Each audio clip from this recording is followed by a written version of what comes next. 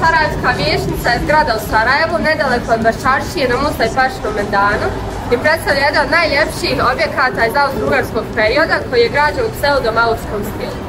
U ovom stilu rađena je većina objekata koje je u Sarajevu ostavila austro-ugarska vlast, a sinonim je za austro-ugarski period u Bosni i Hercegovini i zaštitni znak tog vremena. Gradska vijećnica je svečano otvorena 20. aprila 1912. Obnova gradske vijećnice počinje 1996. godine i traje sve do 2014. godine, a kompletna rekonstrukcija je urađena po originalnoj dokumentaciji.